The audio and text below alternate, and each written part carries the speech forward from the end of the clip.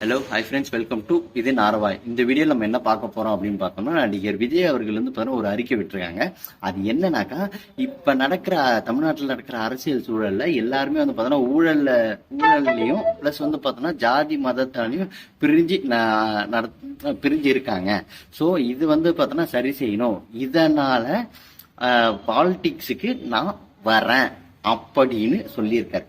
அவர் என்ன ஸ்டேட்மெண்ட் சொல்லியிருக்காரு அப்படின்னாக்கா, இந்த மாதிரி இப்ப வந்து பார்த்தோன்னா இப்ப நடக்கிற அரசியல் வந்து பார்த்தோன்னா ஊழல் கற்பழிப்பு அப்படின்ற அதனாலேயே மக்கள் அவதிப்படுறாங்க. இன்னொன்று வந்து பார்த்தோன்னா ஜாதி மத வேறுபாடுனாலேயும் அவதிப்படுறாங்க. இந்த நிலை மாறணும் அப்படின்னாக்கா நம்ம ஒரு புதிய அரசாங்கத்தை நிறுவுறோம் அப்படின்ட்டு சொல்லியிருக்காரு.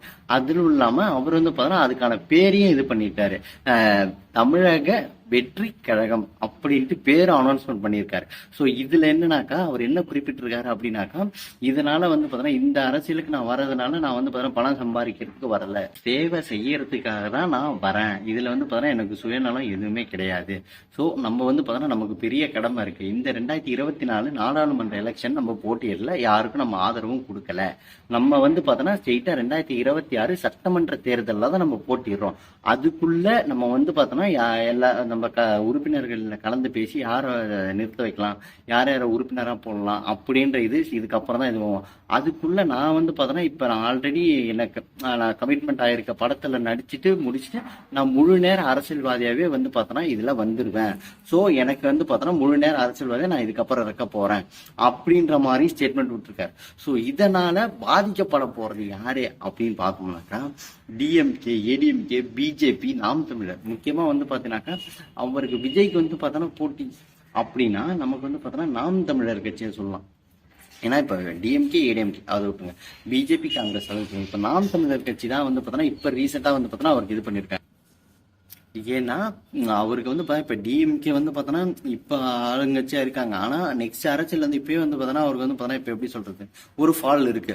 ஏன்னா இப்போ கலைஞர் 100 விழா நடத்துறாங்க, அவ்வளோ இல்லை. அதுக்குள்ளேயே வந்து பார்த்தோன்னா இந்த அரசு மேலே வந்து பார்த்தோன்னா மக்களுக்கு அதிருப்தி ஆயிடுச்சு. ஏடிஎம்கே நெக்ஸ்ட் இது நம்ம பிடிச்சாகணும் அப்படின்ற குறிக்கோளில் இருக்காங்க. பிஜேபி கண்டிப்பா நம்ம வந்து பார்த்தோன்னா நெக்ஸ்ட் வந்து பார்த்தோன்னா தமிழ்நாட்டில், அதாவது 2026 தேர்தலில் கண்டிப்பா பிஜேபி தமிழ்நாட்டில் காலை வச்சிடணும் அப்படின்ட்டு அவங்க ஒரு பக்கம் இருக்காங்க.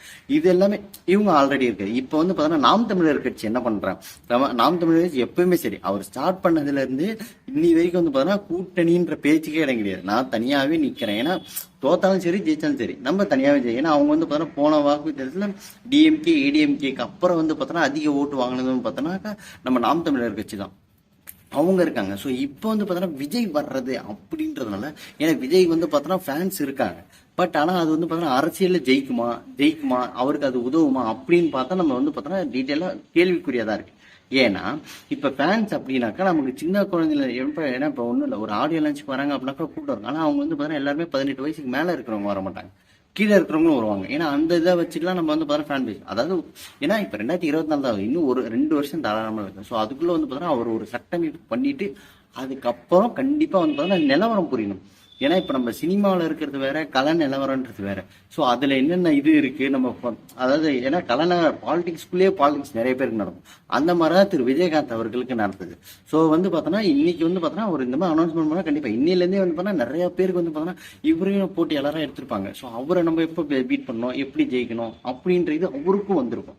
ஸோ எல்லாத்தையும் தெரிஞ்சுட்டு ஜெயிக்கணுன்றது விஜய்க்கு ஒரு பெரிய கேள்விக்குறியாக இருக்கு. அவர் அந்த லியோ சக்சஸ் மீட்ல சொன்னார் பாத்தீங்களா, 2026 கப்பு முக்கியம் பிகிலு, அது நடக்குமா நடக்காதா என்னன்ட்டு நம்ம பொறுத்து இருந்து தான் பார்ப்போம். அதெல்லாம் வந்து பார்த்தோன்னா அவரோட கொள்கைக்கு ஏற்றது மாதிரி தான் அவரோட வெற்றி அமையறதும் தோல்வி அமையறதும் இருக்கு.